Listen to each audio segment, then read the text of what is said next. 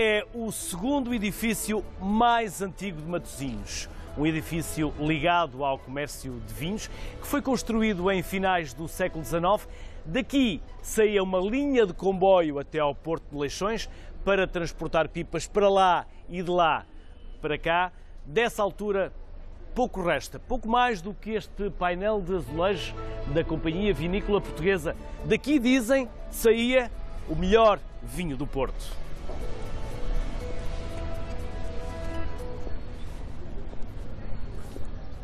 E se ainda não reparou, a sociedade civil de hoje veio até à Casa de Arquitetura de Matosinhos, um espaço moderno que integra o plano de urbanização de Matosinhos Sul, um espaço pensado por Álvaro Cisa Vieira com uma intenção, para que a sociedade entenda melhor os arquitetos e o seu processo criativo.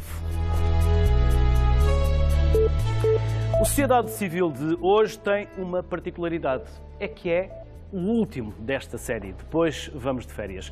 E neste último Sociedade Civil da temporada, viemos até à Casa da Arquitetura, que fica em Matosinhos. E temos já os dois primeiros convidados. A seguir teremos um segundo painel. Os primeiros convidados são Nuno Grande, arquiteto, curador da exposição Os Universalistas, 50 anos da arquitetura portuguesa, e o António Oliveira, que é um artista multidisciplinar, multifacetado, e é também o co-diretor da Associação Radar 360. Aos dois, antes de mais, obrigado também por nos receberem aqui na Casa da Arquitetura. Antes de saber um pouco mais sobre vocês, ou pelo menos de vos perguntar aquilo que estarão dispostos para nos contar, Nuno, a arquitetura é assim um estado de alma ou é uma profissão? É um serviço. É um serviço que os arquitetos prestam à sociedade civil e às instituições e, portanto, eu acho que nós não viveríamos sem arquitetura como não viveríamos sem o Serviço Nacional de Saúde ou sem o Serviço Nacional de Educação. Portanto, faz parte daquilo que é um ativo fundamental das sociedades contemporâneas e ancestrais. Há quem diga que é a vontade de uma época traduzida no espaço. Sim, também. Porque a arquitetura é um ato político, não é? Nós estamos sempre a obedecer, de alguma maneira, uma encomenda e, portanto, somos sempre o reflexo, ou a nossa obra é sempre o reflexo da vontade de quem a encomenda, não é? Filtrada, depois, pela visão do arquiteto, naturalmente. António, e a criatividade ensina-se ou é inata? Eu acho que ela se pode desenvolver.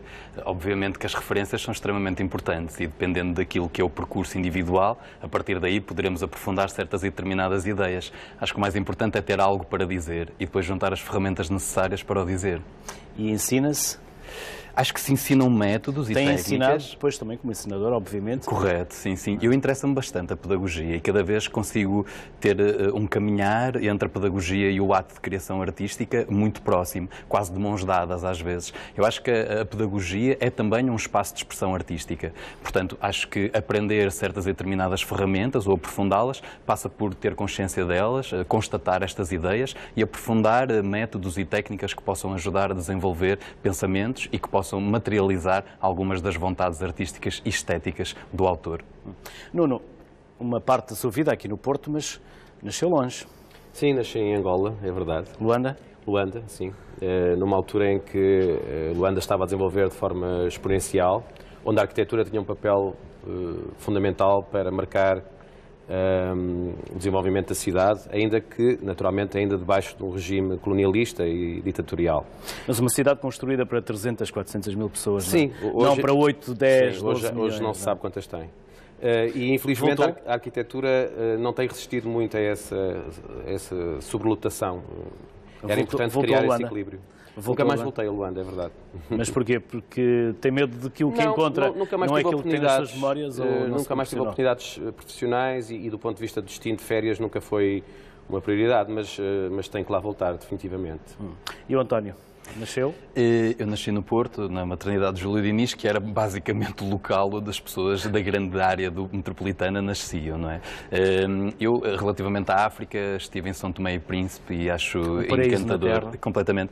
Principalmente a expressão plástica, porque tive a oportunidade de acompanhar o processo da Bienal de Arte Contemporânea e as pessoas são muito ricas no pensamento, muito ricas também na sua criatividade e às vezes a ausência de meios estimula a criatividade, não é? Ou seja, essa ausência de meios memórias, às vezes, obriga-nos a ser um pouco mais inteligentes no ponto de vista da gestão desses recursos, não é? E o Nuno depois fez a sua vida a partir daí? Sim, depois voltou? Fiz aqui, digamos, o liceu e a universidade e decidi ser arquiteto em Portugal. E tenho sempre esta curiosidade por outras culturas e outras geografias. Talvez tenha a ver com essa dupla condição e dupla relação continental, digamos assim. Por isso é que foi também curador e programador da Porto, capital europeia da cultura, Porto, Guimarães, em São Guimarães Paulo, fiz uma exposição e a Trienal de Lisboa, não é? Fiz exposições em São Paulo e em Lisboa, sim. Qual delas o marcou mais? Bom, é difícil porque cada uma delas representou um momento da minha vida e da vida da arquitetura portuguesa distinto, não é? Eu diria que Guimarães foi importante porque nós estávamos habituados a que os grandes eventos culturais se passassem, sobretudo no Porto e em Lisboa, e a capital europeia da cultura em Guimarães fez a cidade dar um salto vertiginoso do ponto de vista cultural. E, para além disso, a exposição que eu organizei foi dedicada a uma personagem central da história da arquitetura e da política em Portugal, que é o Nuno Portas. E, portanto, foi uma espécie de redescoberta de um país que eu só tinha conhecido quando era muito jovem, o 25 de Abril, toda a questão do alojamento social que o Nuno Portas lançou a seguir à Revolução, o envolvimento dos arquitetos como Álvaro Siza. E isso foi muito estimulante para mim, e levar a isso a uma cidade média portuguesa como é Guimarães, onde ele, aliás, tem uma biblioteca, Nuno Portas. Portanto, é muito interessante esta relação com uma personagem, com um lugar. E o António tem feito a sua vida por onde?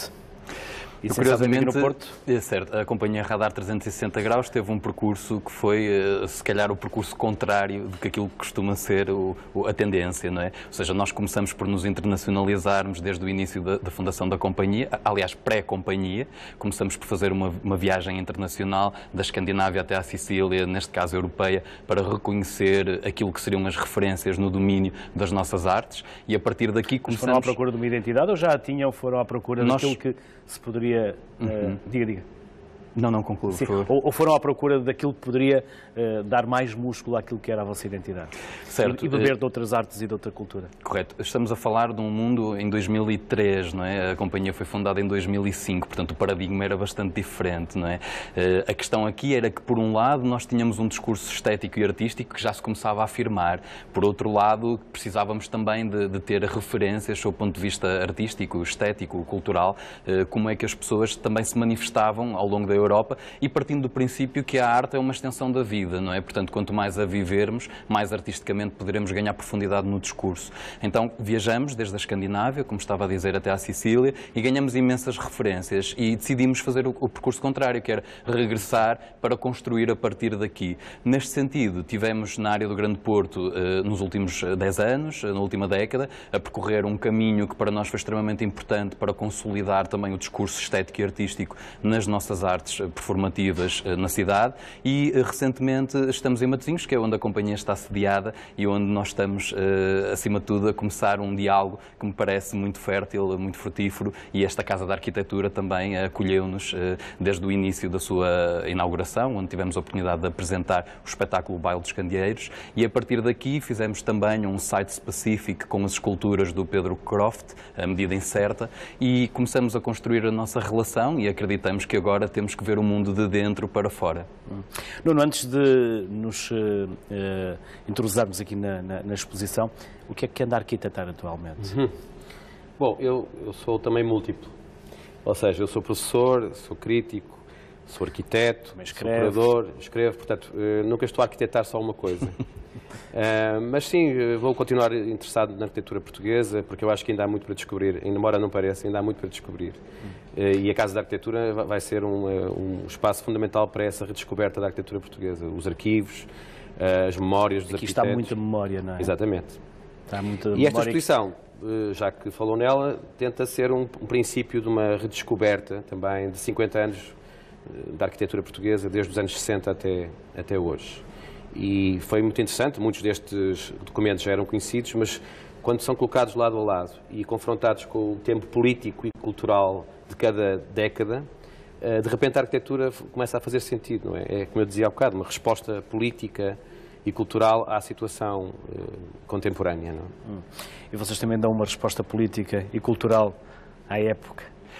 Eu acho que, acima de tudo, a arte é um manifesto, não é? Então, nesse sentido, é importante... E manifestam-se contra alguém ou manifestam-se a favor daquilo que vocês têm como identidade? E eu acho que o espectador tem que construir parte da narrativa também. Nós levantamos algumas equações e colocamos algumas questões e acho que seria um pouco moralista marcar uma posição tão definida. Se calhar o interesse aqui é apenas desvendar, mas sem revelar, não é? E acho que o espectador deverá tomar a sua posição, ser parte integrante da interpretação da obra. Como é que fazem essa integração do espectador? No domínio das artes de rua e no domínio do circo contemporâneo, o espectador está muito presente na concepção da obra, porque nós acreditamos que se o espectador também não existir, a obra não se vai afirmar, não é? Ou seja, é necessário que todo o esforço seria inglório se preparássemos um trabalho durante anos, às vezes, e depois não houvesse ninguém para o receber. Portanto, o espectador está contemplado ao longo do nosso processo criativo e pensamos que a interação pode também enriquecer, porque, sob o ponto de vista daquilo que nos interessa, o teatro de palco, assim lhe podemos chamar, ele tem uma espécie de quarta parede definida que separa a cena da plateia. Nas nossas artes, elas são permeáveis, elas são quase feitas a 360 graus. Portanto, o espaço de plateia e o espaço de cena, ele não está definido. Significa que o espectador pode também intervir, em algum sentido. E ao longo das nossas apresentações, aquilo que temos vindo a reconhecer é que, de facto, podemos convidar o espectador a ser um elemento vivo. E o público tem esta dimensão, que é, eles são um elemento vivo, não são estáticos e às vezes estão também em movimento e o dar e receber na cena é o que a vai enriquecer e é que a vai tornar única também. Portanto, o espectador é sempre muito ponderado e muito pensado, com muito carinho ao longo do nosso processo criativo. E neste momento estamos à porta de uma estreia, portanto estamos uma vez mais a desenhar um espetáculo a 360 graus, onde o espectador pode vê-lo sobre diferentes perspectivas, vendo a obra várias vezes, pode escolher diferentes zonas para observar, que terá sempre uma perspectiva diferente. E fizemos a estreia aqui em Matosinhos, no âmbito do Festival Dias da Dança, do Festival DDD Out, não é? Há quanto tempo? À parte exterior. Foi o mês passado. Nós estamos a fazer uma espécie de uma trilogia, portanto são 3 atos, estamos a refletir sobre o amor na sociedade contemporânea. Então o primeiro ato foi feito aqui... Já chegaram a alguma conclusão? Eu acho que o mais importante aqui é colocar as questões. Acho que o espectador terá que tentar... as questões e as conclusões aos espectadores. Correto. Sim, e a nós próprios. Nós não podíamos partir para esta aventura sem nos questionarmos, sem nós próprios respondermos a estas questões. Portanto, sob o ponto de vista do processo criativo, nós desafiamos-nos e estamos a desafiar permanentemente, porque é interessante refletir sobre estes temas, porque nós não podemos ficar exteriores a eles. Ou seja, eles são parte de nós e eles são uma extensão nossa. Então, neste momento, após a estreia do primeiro ato, que foi o encontro deste amor, este segundo ato refere-se à ideia de suspensão da emoção, de suspensão do tempo, de suspensão do corpo também, e depois faremos a estreia de um terceiro ato que lhe denominamos imortal, e é a ideia quando passa a ser um símbolo e perde a sua dimensão material. Ou seja, o amor é a paixão, desilusão e a realidade? Eu acho é um pouco isso? Esses 3 atos? Se calhar por essa ordem. Primeiro apaixonamos, não é? Completamente. Depois desiludimos e depois é a realidade. E depois encontramos, sim. Com a qual nós temos que nos confrontar para o resto da vida. Com certeza. For, não é? E eu acho que nós também somos ativos nessa realidade, não é? Portanto, nós também a construímos. Ou seja, o que faz sentido com o Nuno, seguramente, quando projeta as suas obras, é que ele sabe que está a interferir nessa realidade, não é? E mesmo nas nossas artes que são efêmeras, não é? Nesta relação, por isso desafiamos recentemente a Teresa Otto, que é uma arquiteta com percurso consolidado, a pensar num espaço, porque a companhia Radar 360 neste momento tem uma necessidade urgente de dar resposta ao seu processo criativo, ou seja, interessa-nos cada vez mais dedicar mais tempo à investigação, mais tempo à pesquisa, mais tempo ao laboratório, para que as obras possam estar sólidas logo à estreia. Portanto, temos que dedicar mais tempo à parte processual. Neste sentido, convidamos a Teresa para desenhar uma espécie de arquitetura temporária ou uma arquitetura de emergência para dar resposta. Estamos a dialogar com o município para encontrar um lugar onde a podemos colocar, para que este espaço não seja apenas um armazém que serve uma necessidade imediata de ocupar uma parte do processo criativo da companhia, mas que seja também uma obra que nos desafie a pensar, que tenha uma interpretação também sobre a sociedade local, como é que ela respira a mancha do território onde vai ser implementada, como é que ela provoca também o cotidiano das pessoas a partir da sua própria expressão plástica, da sua própria expressão artística e arquitetónica, como é óbvio. Portanto, para nós, neste momento, pensar isto tudo é parte afirmativa do nosso modo de estar e depois a nossa arte é um reflexo disso mesmo. Nuno, qual é o vosso processo criativo? O dos arquitetos ou dos Sim, curadores? dos arquitetos. Bom, havia um arquiteto que dizia que o médico, se as coisas correrem mal, enterra o seu problema. Os arquitetos, no limite, mandam plantar trepadeiras. Não, pode-se demolir. Eu sou a favor de que as obras também se podem demolir, não é? O arquiteto tem que ser tanto a favor da construção como da demolição. O que tentamos é que essa demolição não ocorra e que um edifício possa ter vários momentos da vida, tal como o amor. E, portanto, de alguma maneira, a questão da paixão pelo programa, não é? Se nos pedem uma casa ou nos pedem uma escola, um hospital, nós temos que gostar daquilo que fazemos e pôr-nos no lugar dos cidadãos que vão utilizar esse espaço e depois... Mas por vezes nós olhamos para a obra e não entendemos. Não, porque naturalmente qualquer Foi criação... mal alcançado o objetivo? Qualquer criação tem sempre leituras subjetivas, não é? Não há uma arquitetura direta e pragmática na resposta a um programa, senão isso seria um esquema construído, não é? Um edifício tem que ter uma poesia qualquer. E às vezes essa poesia não passa para o utente, ou não passa para quem utiliza o edifício, ou passa, ou vive nele, não é? Quando é uma casa particular, convém que a pessoa se sinta bem e que essa poesia seja recebida pelo habitante. Aí sim há uma relação mais de paixão, tem que haver com o cliente. Por isso é que os arquitetos gostam mais de pensar do que propriamente de falar, não é? Sim, de uma forma geral. É verdade. Os arquitetos são políticos naquilo que fazem, mas muito pouco políticos naquilo que falam. Mudam a realidade das pessoas, mas ouvimos-los pouco falar. Eu digo sempre aos meus alunos que estão sempre preocupados com o que vai acontecer, porque agora cada vez há menos emprego, que vão para a política, não é? Associem-se, criem Acha que isso é boa ideia? Coletivos para a política? A política não quer dizer que seja política partidária. Não no sentido partidário, no sentido do ativismo social, do ativismo cidadão. Porque nós estamos a precisar de arquitetos no mundo da política, não é? Nós temos uma visão holística do mundo que muitas vezes... São todos licenciados em Direito e Gestão, não é? Não, eu acho que é das profissões que vê de forma mais panótica o que acontece, porque as outras profissões, não querendo desmerecer, normalmente tendem para uma certa especialização. E eu acho que a arquitetura deve fugir constantemente da especialização. Deve ser realmente uma profissão de amplo espectro. O Álvaro Siza costuma dizer que os arquitetos são os especialistas da não especialidade. E eu acho que é muito isso. Nós não devemos ser especialistas de nada, nós devemos saber dialogar com todas as disciplinas. Alguém disse que do lixo se faz luxo. É isso que se prova quando visitamos a galeria daqui da Casa da Arquitetura em Matosinhos. Há uma exposição que está lá patente e cujos objetos que estão expostos, cujas obras de arte têm pelo menos 50% daquilo que poderia ser considerado desperdício. Vamos até lá, porque temos lá também uma convidada muito especial com quem vamos conversar. O Remade 10 assinala naturalmente os 10 anos do projeto em Portugal e esta exposição resulta também da colaboração da Casa da Arquitetura, naturalmente, mas também da Remade Portugal, da Fundação EDP e da Agência Portuguesa para o Ambiente. Já vamos saber um pouco mais sobre esta exposição, porque primeiro temos a Graça Correia. Graça, olá. Olá, boa tarde. Obrigada pelo convite. Graça, de onde vem esta sua colaboração com a Casa da Arquitetura? Bom, digamos que começa mais recentemente com a Casa da Arquitetura, quando integrei uma comissão coordenada pelo arquiteto João Rodeia, cujo objetivo era juntar um número significativo de obras, não de autores, mas de obras representativas dos 25 anos de democracia em Portugal, de modo a poder verificar-se a encomenda, a natureza da encomenda e os efeitos que esta teve em todo o país. E, portanto, julgo que vai ser uma coleção extraordinária.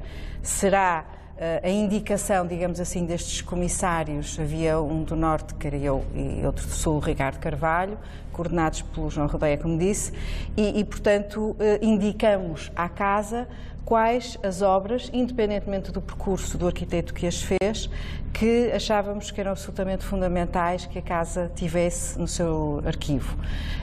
E penso que virá a ser extremamente importante mesmo para futuros estudos e para entender... numa exposição? Resultará Sim, é suposto vir a fazer-se não só digamos, o convite para que estes arquitetos, que é um problema muito grande que a maior parte dos arquitetos tem, é onde colocar o seu arquivo. De um projeto de arquitetura resulta um material de desenho e de maquetes que ocupam um espaço enorme físico e, portanto, esse é um problema que muitas vezes até as famílias, quando infelizmente os arquitetos desaparecem, se deparam. Muitos queimam, muitos destroem e, portanto, é necessário um espaço e este virá a ser seguramente um deles. E, portanto, há esta indicação muito clara das obras absolutamente fundamentais cujo material necessário para as fazer poderá vir para cá. E, portanto, já está a começar algumas delas esta negociação. Portanto, é uma espécie de contrato, há uma cedência, é um processo complexo, mas que o arquiteto Nuno Sampaio estará a gerir muito bem e que já começou, que eu sei, com alguns arquitetos até mais velhos e que já começou a celebrar esses contactos. E a Graça tem uma peça também nesta exposição. É verdade, porque a Rimeide, há uns anos atrás, não posso precisar, talvez em 2009, nos convidou para fazer uma peça. Portanto, a Rimeide tem convidado estilistas, arquitetos, designers, autores das várias áreas artísticas e quando nos convidou para fazer uma peça, nós estávamos a deparar-nos com a necessidade de usar ou reusar o azulejo, que é um material tão característico em Portugal, não é? Mas, como diz o CISA, a tradição é um desafio à inovação e não nos parecia pertinente usar uma peça, nem fazer uma peça nova cuja vibração parecesse uma peça antiga, nem usar uma peça antiga colada numa obra de arquitetura contemporânea. Portanto, fizemos ao contrário, fomos ver os trabalhos do Neri em Lisboa, da Maria Keil, do Geoponti em Itália, vimos muita obra, vimos designadamente o trabalho de grandes amigas netas do Almada Negreiros e, inclusivamente, um azulejo que é muito pouco conhecido, mas que em Lisboa existe em imensas obras, que é um tema que inspirou estas 4 peças que estão aqui e que é um desenho que faz o Almada Negreiros, de modo a que, articulando 4 azulejos, variando segundo os ponteiros do relógio ou ao contrário, ele vai assumir diferentes desenhos. Portanto, ele está numa obra configurando um desenho e noutra obra, se rodarmos os azulejos, ele configura outro desenho. E estes que estão aqui, os nossos, não têm a ver com desenho, têm a ver com um alto relevo e baixo relevo e são combinados os 2 ou 4 ou 1 ou o mesmo azulejo e estão sempre com plasticidades diferentes. Graça, muito obrigado. Felicidades e até uma próxima. Eu é que agradeço. Até porque esta exposição, que reúne 30 artistas aqui na Casa da Arquitetura, está disponível ao público até julho.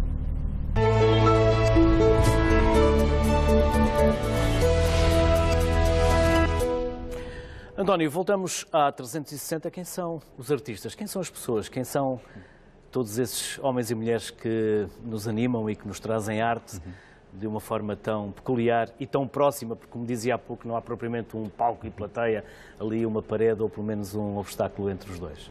São artistas multidisciplinares. A Companhia Radar 360 foi fundada em 2005 e a ideia era mesmo ela ser um coletivo de pessoas que viessem de diferentes áreas de intervenção artística e plástica.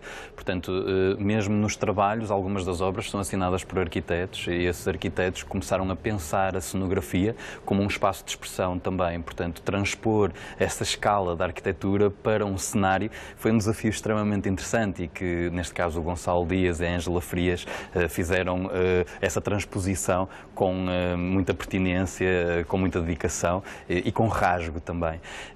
Curiosamente, neste momento, as pessoas são a Juleta Rodrigues, que é a pessoa que faz a direção artística juntamente comigo, e a Juleta tem um percurso também multidisciplinar, portanto, desde a área dos figurinos até à parte do teatro físico, toda a área da dramaturgia, toda a área do movimento também. E depois temos outros colegas que, dependendo dos projetos, eles vão sendo intérpretes e co-criadores e que entram nos trabalhos, alguns que se repetem mesmo, nomeadamente no Baile dos Candeeiros ou nas histórias suspensas. A parte toda da interpretação desta nova obra, convidamos os próprios técnicos e diretores de cena a interpretarem também como maquinistas, como operadores de maquinaria ou de objetos de grande dimensão. Portanto, para nós, essa fronteira entre estar em cena, não estar em cena, estar no bastidor, também é questionável, porque interessa-nos cada vez mais trazer essa verdade para a cena e revelar o bastidor e convidar o espectador a imaginar como é que aquilo será, não é? Para além daquilo que está a ver. Nuno, há pouco perguntava-lhe como é o processo criativo de um arquiteto e agora como é o processo criativo de um curador. Como é que prepararam esta exposição e de que forma também a pensaram para quem a visita? Muito bem. Esta exposição foi uma encomenda feita em 2016 pela Fundação Gulbenkian para celebrar os seus 50 anos de presença em Paris. Portanto, é uma exposição que tenta mostrar a arquitetura portuguesa fora de portas. E pediram-me para pensar 50 anos, portanto, os 50 anos antes dessa data. E eu, naturalmente, tive que ir procurar as gerações de arquitetos que foram marcando, desde os anos 60, a arquitetura portuguesa, quer dentro, quer fora de portas. E foi muito interessante porque descobri, no fundo, 4 gerações. Podia ter colocado mais, mas centrei-me, sobretudo, em 4 gerações que, quer no Porto, quer em Lisboa, ou melhor dizendo, no Norte e no Sul, criaram uma linhagem, digamos assim. Fernando Távora no Norte, Nuno Teotónio Pereira no Sul, que depois deram gerações seguintes, como Álvaro Siza no Norte, Gonçalo Birne no Sul, ou então mais tarde Eduardo Souto Moura no Norte, João Luís Carrilho da Graça no Sul, Cristina Guedes e Francisco Pereira de Campos no Norte mais tarde e Aires Mateus no Sul. Portanto, ou seja, perceber que há uma das questões mais fundamentais da arquitetura portuguesa e da sua qualidade tem a ver com a continuidade geracional. Com esta ideia de que nós podemos sempre aprender com o outro, sendo esse o outro alguém que está antes de nós, de quem herdamos qualquer coisa, mas por quem também podemos ser heréticos e dizer, não, eu vou fazer o meu caminho. E acho que é um pouco isso que tem valorizado as várias gerações da arquitetura portuguesa. Esse outro também pode ser outra cultura e outra geografia. E, portanto, a nossa capacidade, como arquitetos, e também noutras áreas, como no cinema, de ser compreendidos e nos fazermos compreender fora de portas. E é por isso que eu chamo universalismo, ou os universalistas à exposição. Nós não somos nem...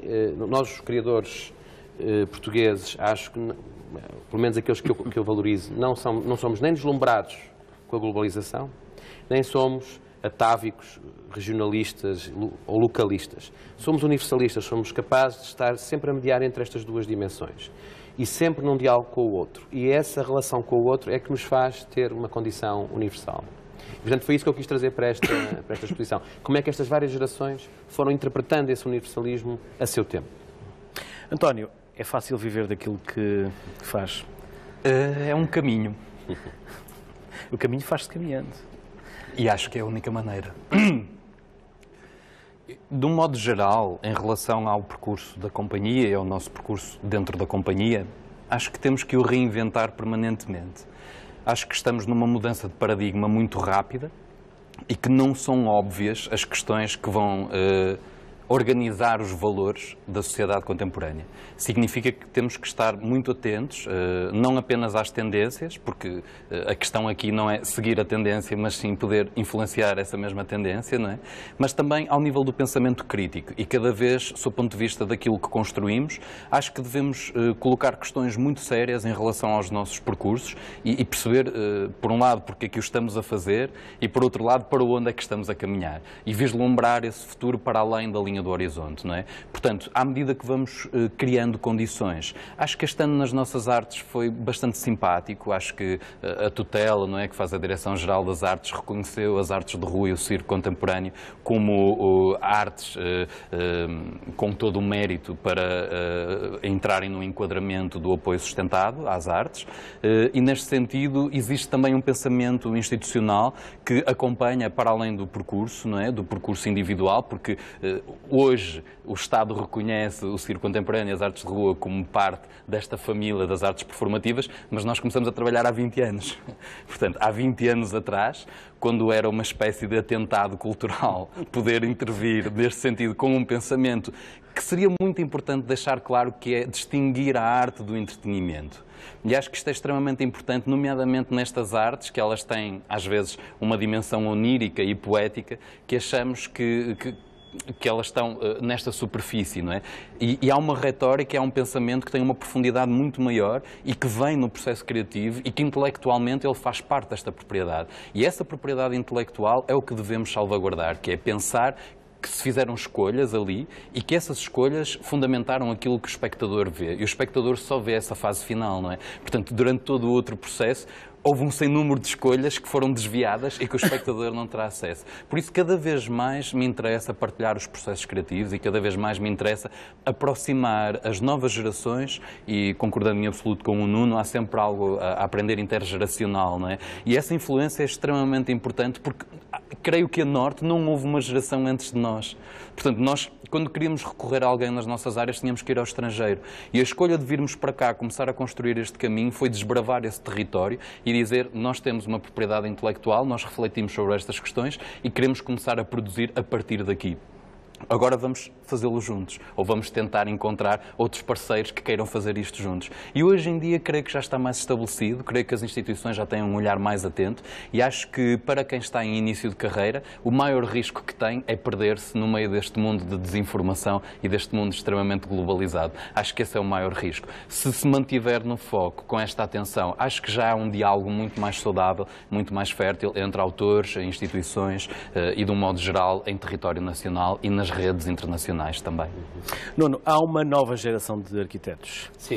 E essa geração está a ser exportada. Ou não há problema que seja exportada porque também vai lá fora e também bebe e enriquece e a arte e a arquitetura não têm fronteiras?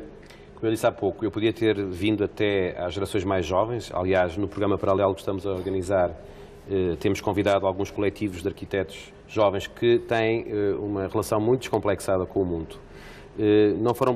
Não tiveram que ser exportados, eles próprios exportaram-se, muitos deles trabalham ou já trabalharam fora de Portugal, criaram redes de relação com outros ateliês e outros coletivos e, portanto, hoje já não há uma linhagem ou uma raiz de relação intergeracional, há uma espécie de rede ou constelação de pessoas a trabalhar, onde a questão de ser português ou não ser português já não é tão importante. Naturalmente que eu acho que há uma forma portuguesa de fazer arquitetura que se mantém nessas gerações mais jovens e que tem a ver com a capacidade de, com poucos meios, fazer muito. É um hábito português, não é? Quer dizer, nós temos que nos habituar à nossa condição. E isso não é mau, necessariamente, não é? Esta ideia do small is beautiful às vezes funciona e eu acho que os jovens portugueses que viajam pelo mundo, que estabelecem estas relações, que não fazem só arquitetura, estabelecem estas parcerias interdisciplinares, levam essa forma de fazer muito longe. Portanto, eu estou confiante que, apesar de já não haver tantos mestres e discípulos como antigamente, o universalismo da arquitetura portuguesa, da criação contemporânea portuguesa, está garantido. E esta exposição pode ser vista e visitada até quando, Nuno? Pode ser visitada até final de agosto. Há uma hipótese, eventualmente, de estar até ao princípio de setembro. Estamos a conversar sobre isso, porque queríamos estender o maior tempo possível. Nuno Grande, obrigado. António Oliveira, obrigado pela vossa disponibilidade e obrigado também por nos receberem aqui. Obrigado e felicidades também nas vossas carreiras e obrigado mais uma vez. Há pouco fomos até à galeria, agora vamos até ao arquivo. Vamos ver uma, ou pelo menos algumas, das muitas maquetes que lá estão guardadas. Este é o Estádio do Braga, ou melhor, a maquete do Estádio do Braga, ou ainda melhor, uma secção do Estádio do Braga, uma obra do arquiteto Souto Moura. Nós estamos neste momento aqui no arquivo. O arquivo é composto por vários depósitos, há aqui muitas maquetes, já vamos saber que outras maquetes aqui estão. Ana, olá, boa tarde, como está? A Ana é responsável aqui pelo arquivo. Olá, Luís, boa tarde. O que há aqui de tão valioso? Porque há aqui maquetes muito valiosas. Exatamente. Esta é uma delas, por exemplo. Aqui, tanto como disse, como referiu, o arquivo da Casa da Arquitetura é constituído por 5 depósitos. Um deles é este onde nos encontramos, que é o depósito de maquetes. Aqui temos mais de 700 maquetes de estudo, as várias fases da parte criativa dos arquitetos, até chegar à obra final. E depois temos também ali, nessas maquetes, como disse, são 700 de estudo, temos também 40 maquetes finais de trabalho já de apresentação. Temos ali uma série de painéis que fizeram parte de uma exposição que esteve presente na Suíça, no cantão italiano, em 1998. Então, como estes painéis foram preservados desta forma, e tivemos que mandar construir uns armários específicos para poder manter a integridade dos painéis tal como eles estiveram na exposição. São cerca de 69 painéis, também do arquiteto Eduardo Souto Moura. Aqui tem projetos de recuperação, como por exemplo a Santa Maria do Bouro, que neste momento está reconvertida como pousada. Tem também os estudos do Estádio do Braga, entre outros projetos do arquiteto Eduardo Souto Moura. Para além dele, temos também aqui duas maquetes do Museu dos Costes, do arquiteto Paulo Mendes da Rocha. Temos também temos do arquiteto Cisa Vieira ali uma maquete da Igreja de Santa Maria de Lalene, em Rennes.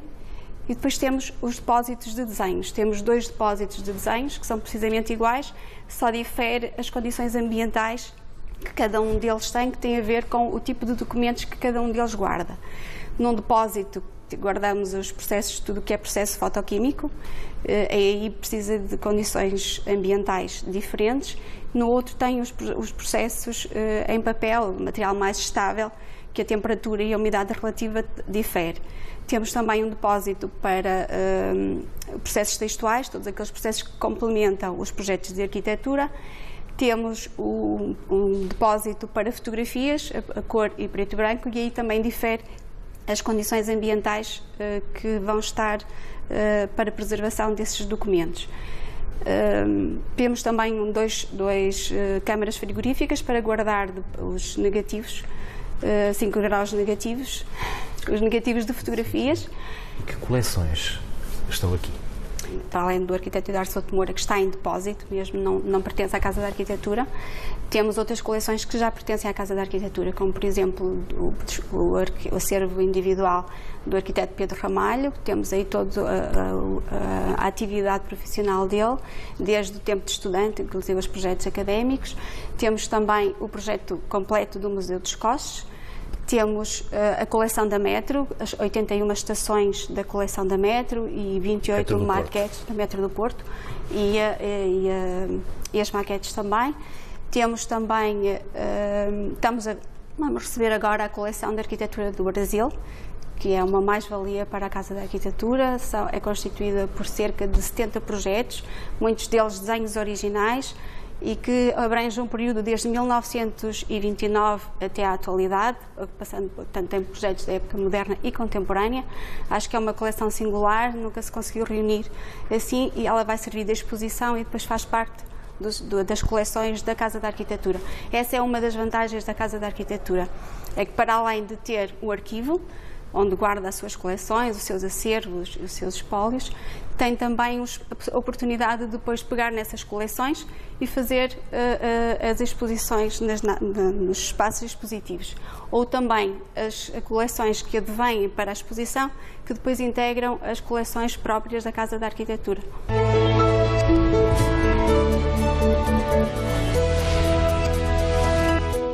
Enquanto falávamos com a Ana, mudámos de painel e já temos mais 2 convidados.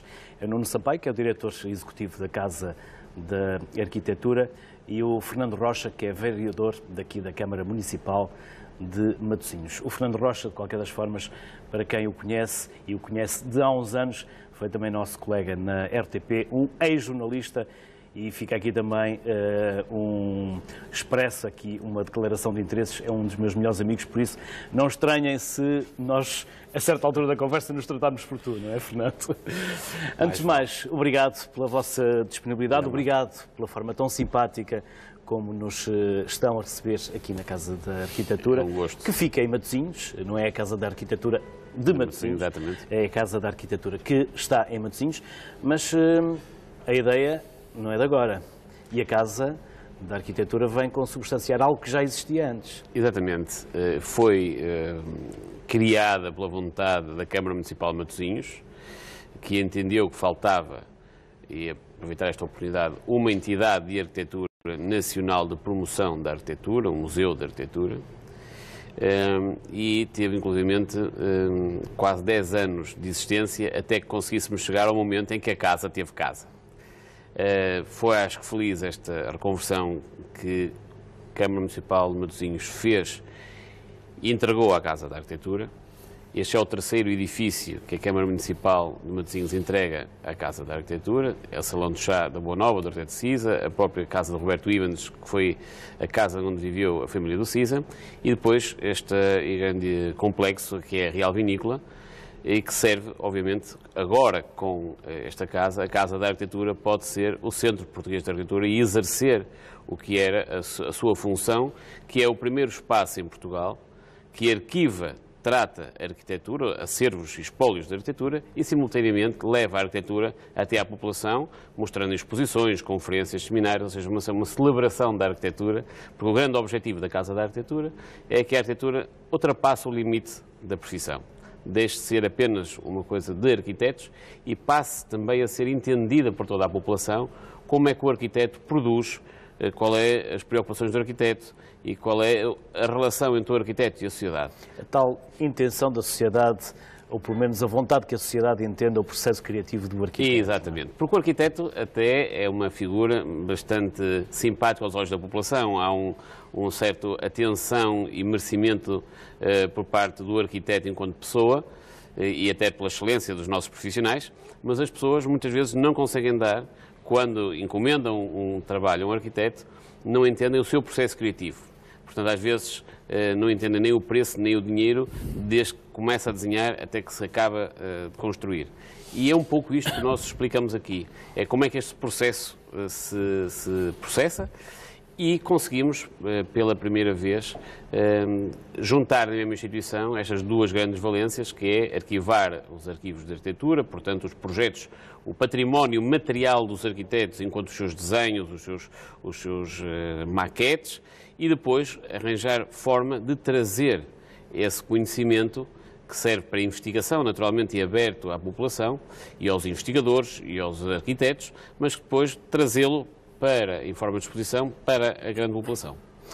O Fernando Rocha é, para além de vereador e de tudo aquilo que eu disse há pouco, o grande responsável por estarmos aqui hoje, porque um dia, quando nos encontramos, fez questão de me trazer aqui para vermos e podermos saber o que estava a acontecer e aquilo que iria daí a poucas semanas ser inaugurado. Fernando, é a nova menina dos olhos de Matosinhos, esta casa? Boa tarde. É na verdade, isto foi um processo, como todos os processos, muito interessante, se calhar um bocadinho demorado, mas se calhar foi essa demora que lhe trouxe a riqueza. Nós estamos numa zona territorial que era uma zona de fábricas de conservas de peixe.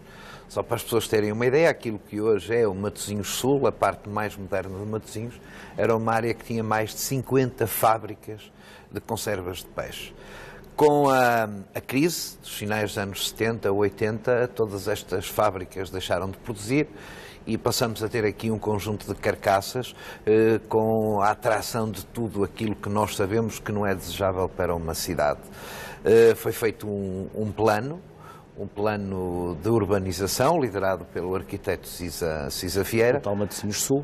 O tal Matosinhos Sul, e depois os quarteirões foram sendo ocupados. Entretanto, a Câmara, nessa altura, nos anos já 90, decidiu comprar este conjunto, que era um conjunto muito marcante, típico da Revolução Industrial, que não foi uma fábrica de sucesso, curiosamente, que não teve um grande sucesso, mas houve um cuidado arquitetónico, o edifício era muito bonito, marcava toda esta zona, o edifício foi comprado e foram-se sucedendo, curiosamente, na própria Câmara Municipal, objetivos e fins para este edifício. Mas a cada objetivo e a cada fim vinha a seguir uma desistência. Entretanto, com a ideia da Casa da Arquitetura, que estava a Casa da Arquitetura também teve um problema chamado crise de crescimento, as crises, também há crises boas, teve essa crise de crescimento e havia necessidade de arranjar um espaço com maior dimensão e que pudesse responder às necessidades que o Nuno Sampaio falou há pouco da Casa da Arquitetura. E então pensamos um projeto para aqui, estabeleceu-se um programa, fez o caminho que se fazem,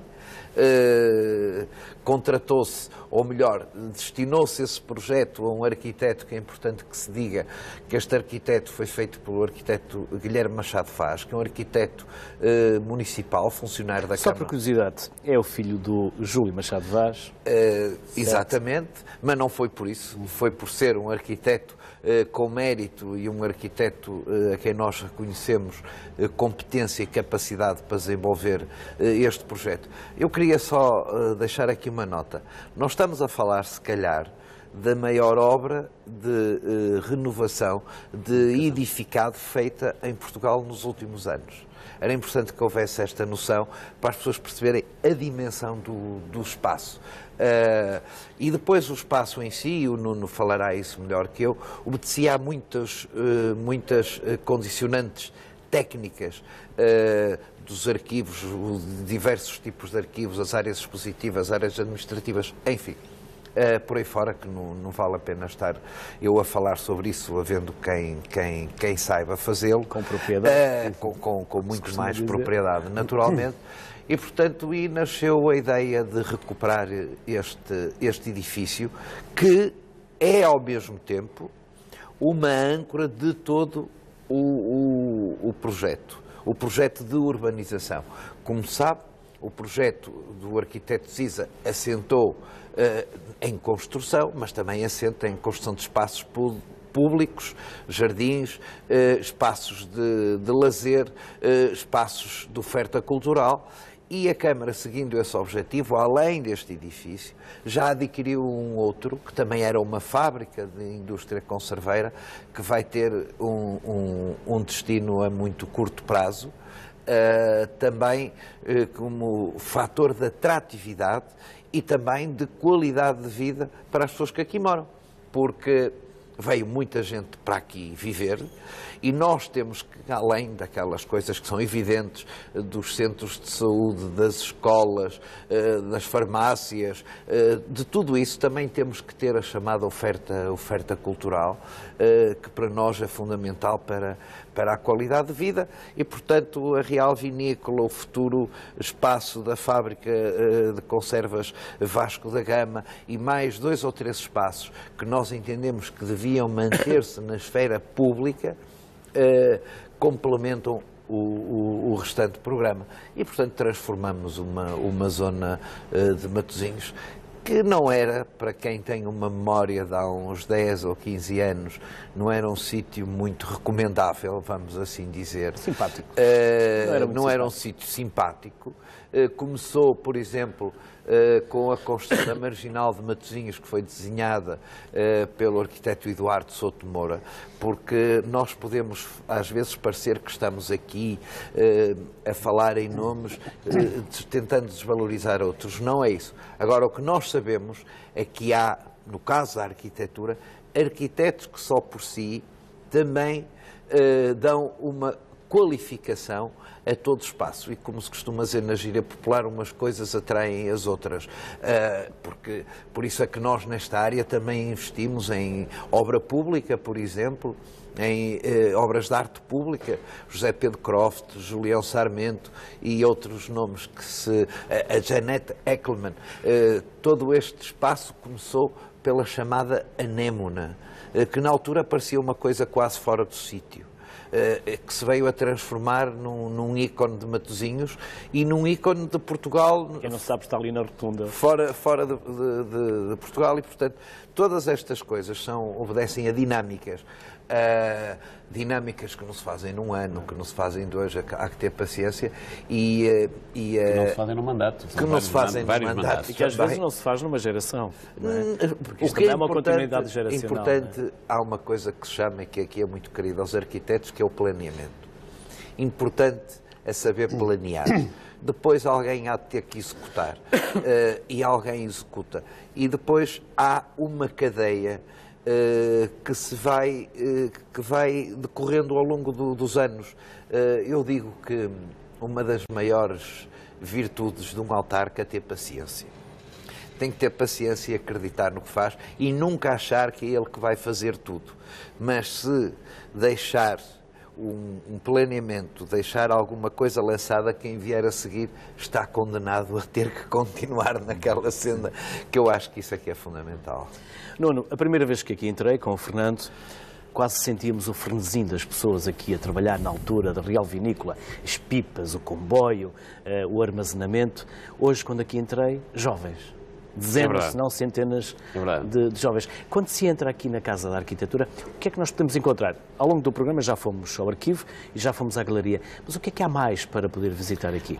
Até porque há zonas em que o público não pode entrar. Exatamente. O arquivo não entra. O tratamento arquivístico é quase que um laboratório. Portanto, sagrado. A gente vamos conseguir fazer algumas visitas muito pontuais ao longo do ano para que as pessoas percebam o trabalho que aqui é feito, porque é um laboratório de tratamento arquivístico fantástico. E, portanto, nós vamos mostrando pontualmente. Existe um serviço educativo maravilhoso, levado pela Susana Gaudêncio, uma pessoa que nós fomos contratar especificamente para cuidar do serviço educativo. É possível trazer agora e explicar a arquitetura aos mais novos. Vamos tendo ao longo dos anos grandes atividades com um grande número de pessoas e nós temos feito, e é importante que as pessoas entendam que a Casa da Arquitetura nasceu em Matosinhos, como disse, foi fruto de uma visão da Câmara Municipal de Matosinhos e tem como missão ultrapassar também as fronteiras de Matosinhos, porque é a Casa da Arquitetura, o Centro Português de Arquitetura. Fechando aqui um bocadinho este triângulo virtuoso do norte das três casas, não é? A Casa de Serralves com artes plásticas, a Casa da Música com música e a Arquitetura com a Casa da Arquitetura. Curiosamente, a Casa da Arquitetura foi a única que se fez sem a presença do Estado. Portanto, ela está aqui, ela é hoje uma realidade e agora, quando foi a inauguração, o Primeiro-Ministro mostrou vontade, e estamos também empenhados que isso aconteça, em que o Estado entre na instituição e participe neste projeto. Porque a Casa da Arquitetura tem a capacidade de, a partir de Portugal, trabalhar e interagir com o estrangeiro.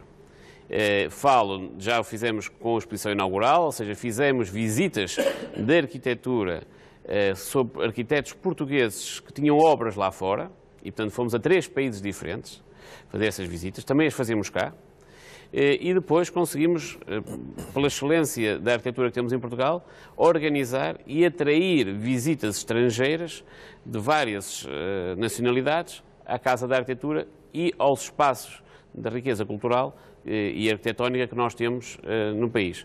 E é uma dessas trabalhos é consequência, ou tem como consequência, os jovens que nós vemos aqui, porque nós temos cerca de 2.000 visitas de estrangeiros aqui a estes 3 espaços, 4 espaços, estamos a falar Casa de Chá da Boa Nova, Piscina das Marés, Casa de Roberto Ivans e Casa da Arquitetura. E, portanto, isto tem tendência a crescer. Portanto, aquilo que nós podemos ver sempre que vimos aqui a Casa da Arquitetura, temos sempre a garantia de pelo menos uma exposição estar aberta.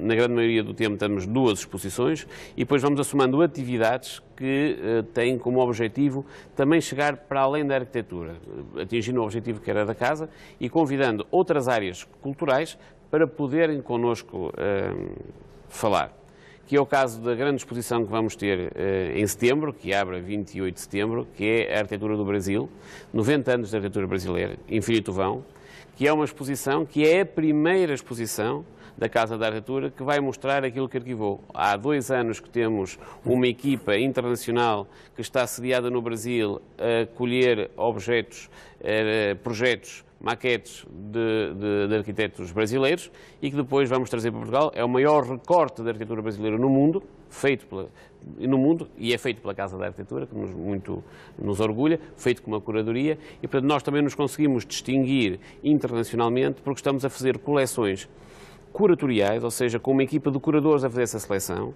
de um determinado período de tempo, num determinado território. Naturalmente, a primeira foi a arquitetura portuguesa, em que estamos a mostrar 25 anos da democracia, de 74 a 99, com a curadoria de João Belo Rodeia e da sua equipa, e depois convidamos 2 curadores brasileiros, o Guilherme Wisnik e o Fernando Serapião, que fizeram 90 anos da arquitetura brasileira. Portanto, o que nós vamos cá trazer é com a organização dessa exposição, que vai ser tratado, entretanto, esse acervo, é mostrar a arquitetura brasileira de uma outra forma, porque explicar a arquitetura brasileira no Brasil é uma coisa, explicar a arquitetura brasileira fora do Brasil é outra. E, portanto, nós vamos cruzar com muitas outras artes para conseguirmos explicar, por exemplo, o que era o Brasil então, quando se decidiu construir a capital brasileira.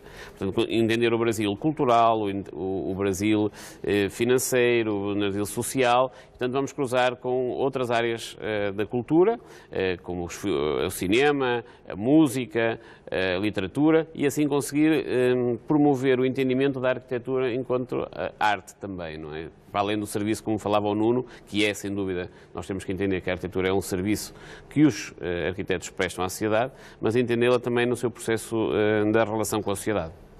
Fernando, Matosinhos é um polo de atração para o turista que vem ao Porto. Conseguem, para além daqueles que vêm comer um bom peixe e vêm à procura da gastronomia, vêm agora também à procura da arte, da cultura a Matosinhos? Esse é o desafio. Nós tínhamos 2 hipóteses.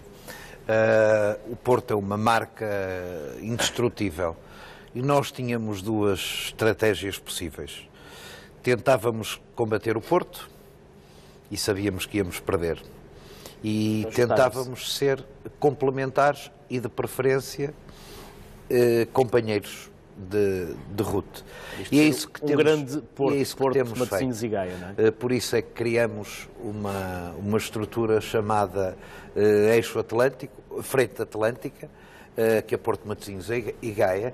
Há pouco foi falado aqui nos Dias da Dança, no DDD, que é um festival de dança que os 3 municípios fazem em conjunto. Fazemos também em conjunto o Open House, fazemos em conjunto uma série de atividades. Porquê? Porque não é muito fácil a um turista que vem comer peixe a Matosinhos, como disse, explicar que ele não está no Porto. O turista não se apercebe que não está no Porto, ou que vai às Caves, a Gaia, não faz ideia, porque o território é contínuo. De maneira que nós temos feito uma aposta e temos criado fatores de atratividade. Disso não há dúvida nenhuma. A Casa da Arquitetura é um desses fatores. O terminal de cruzeiros do Porto de Leixões poderá ser outro. E há a Casa de Design, que também é o único espaço de exposição de design permanente existente em Portugal neste momento. Fica concretamente?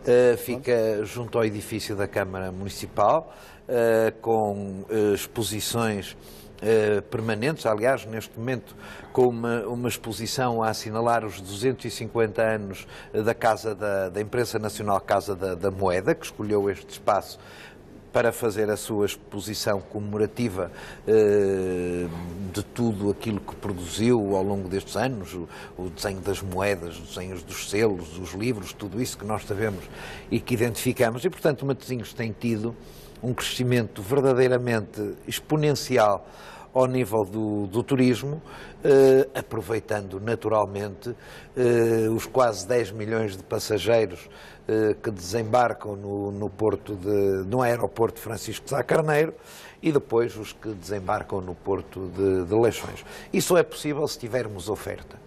E nós temos vindo a investir num conjunto de ofertas que façam as pessoas ficarem por aqui mais tempo, que venham, na verdade, comer o melhor peixe do mundo, mas que não fiquem por aí.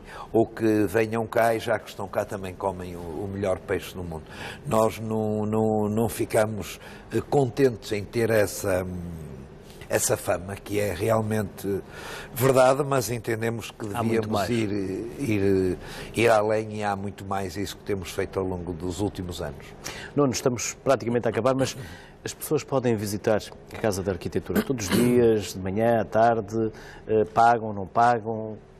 Para quem não sabe o que é que deve e pode fazer. A visita regular à Casa da Arquitetura é feita durante toda a semana, à exceção de segunda-feira que estamos fechados, e tem um bilhete que permite a visita às duas exposições. Depois temos um conjunto de atividades que são complementares às exposições, que são as conferências, os seminários, e são todas de âmbito livre, ou seja, as pessoas são convidadas a vir e assistir às conversas e interagirem com as conversas. Depois temos ainda outras atividades fora da Casa da Arquitetura, como por exemplo o Open House, em que nós abrimos 65 espaços este ano, em que vamos convidar a população a visitar. E essa é totalmente livre, totalmente livre. O que nós queremos, naturalmente, é que haja uma maior interação possível entre a sociedade e a arquitetura. Portanto, isso é feito, claro que há custos que nós tentamos suportar, naturalmente, com recurso a várias fontes de financiamento, e a bilhética é uma pequenina, portanto, fonte de financiamento. O que nós queremos é que as pessoas venham,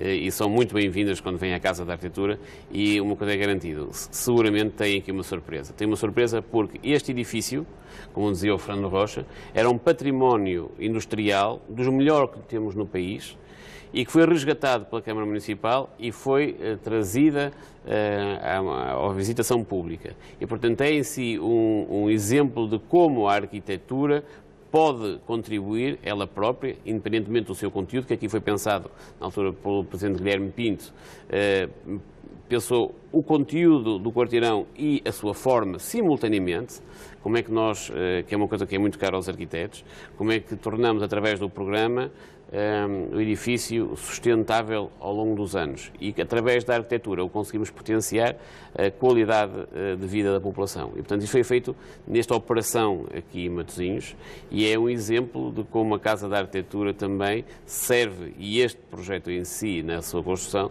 serve para melhorar o seu contexto urbano, mostrando também dentro os conteúdos sobre a arquitetura. Portanto, é em si uma boa reconversão urbana, e um bom conteúdo para atrair as pessoas. As pessoas vão se surpreender, de certeza. Nuno Sampaio, Fernando Rocha, muito obrigado pela forma tão simpática e acolhedora como nos receberam aqui na Casa da Arquitetura, em Matosinhos. Ao Nuno, parabéns a si e a todos aqueles que trabalham aqui na Casa da Arquitetura. Obrigado. E com espírito de missão desempenham a sua missão diariamente, como de resto já tivemos a feliz oportunidade de constatar.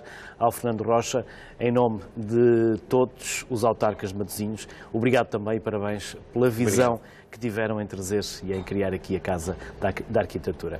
Como dizia o Nuno, aqui celebra-se a arquitetura. Obrigado a todos. O Sociedade Civil também vai de férias. Assim, desejo-lhe boas férias. Nós voltaremos em setembro.